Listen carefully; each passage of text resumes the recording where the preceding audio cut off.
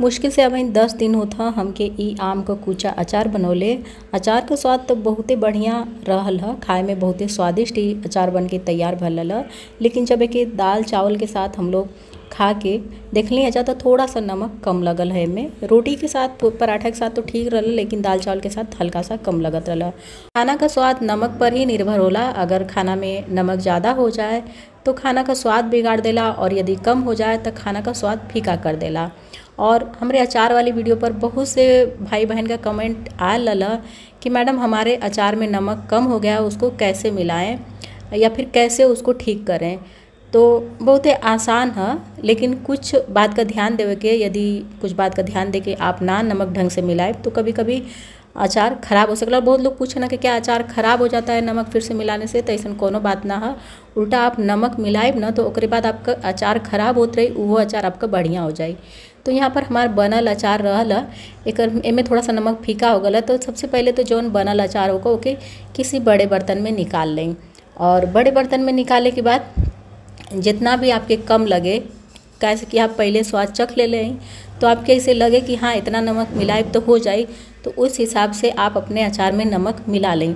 और एक बार मिलावे के बाद भी अपने अचार के चेक कर लें, ताकि आपके पता चल जाए कि हाँ अचार में नमक सही भयल कि ना भयल।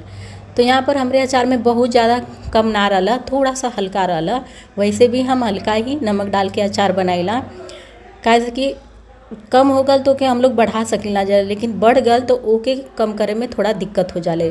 फिर भी हम बहुत से अचार में अगर नमक बढ़ल तो ओके कैसे कम कल जाला ओकर भी विधि आप लोगन के साथ शेयर कर चुकल है।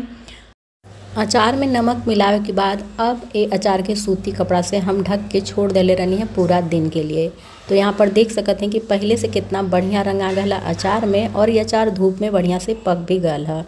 तो जब भी आप अचार में नमक कम या ज़्यादा होता है तो ओके मिलावत हैं या फिर कम करत हैं, तो अचार के एक बार धूप जरूर दिखा दें, ताकि अचार बढ़िया से पक जाए, नमक भी होकर बढ़िया से उमें मिल जाए।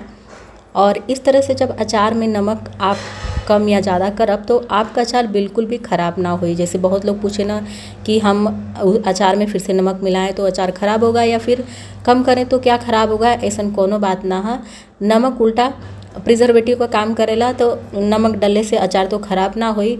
और अगर इस तरह से धूप दिखा के पका के आप अचार के फिर से बोतल में भरत हैं तो आपका अचार बहुत ही स्वादिष्ट होई और ख़राब भी ना हुई। तो अब ये अचार के हम चेक कर लेते हैं थोड़ा सा पराठा के साथ कि चटपटा भयल कि ना भयल। तो आप भी जब भी कोई सा भी अचार बनाएं तो तुरंत अचार के चेक कर लें, इस तरह से रोटी या चावल के साथ खा के देख लें, ताकि आपको पता चल जाए कि नमक कम या ज़्यादा है। तो वही समय मिलावल आसान हो जाला, बाद में मिलावल थोड़ा सा मुश्किल हो जाला। मान ला ई तो आम का कूचा अचार रहा तो आसानी से मिल गल, कभी कभी भरल मरचा रहेला, मरचा एक बार भरा जाला और ओके 1 महीना के बाद खा तब पता चलेला कि नमक तक कम है या फिर ज़्यादा है, तो फिर कम ज़्यादा कल मुश्किल हो जाला उनमें।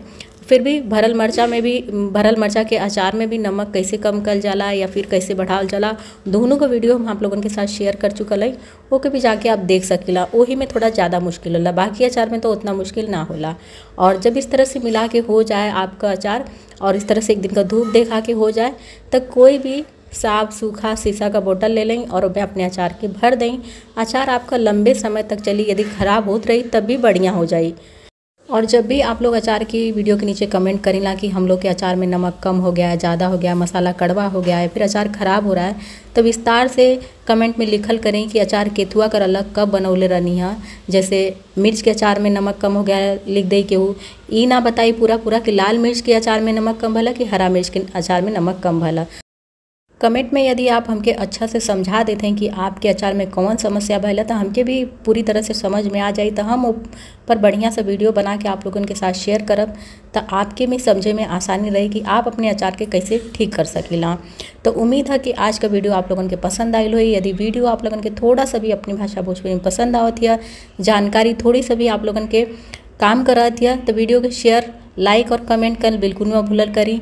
और यदि चैनल पर पहली बार आयल हैं और अपनी भाषा भोजपुरी में वीडियो देखल चाहते हैं, अपन भाषा भोजपुरी आप लोगों के पसंद आवत है, तो चैनल के कर लें सब्सक्राइब अपनी भाषा भोजपुरी में। और भी अधिक से अधिक रेसिपी का वीडियो देखे के लिए पूरे यूट्यूब पर एकमात्र भोजपुरी भाषा में ये चैनल है, तो आप लोग सपोर्ट करें ताकि अपन भोजपुरी आगे जा सके।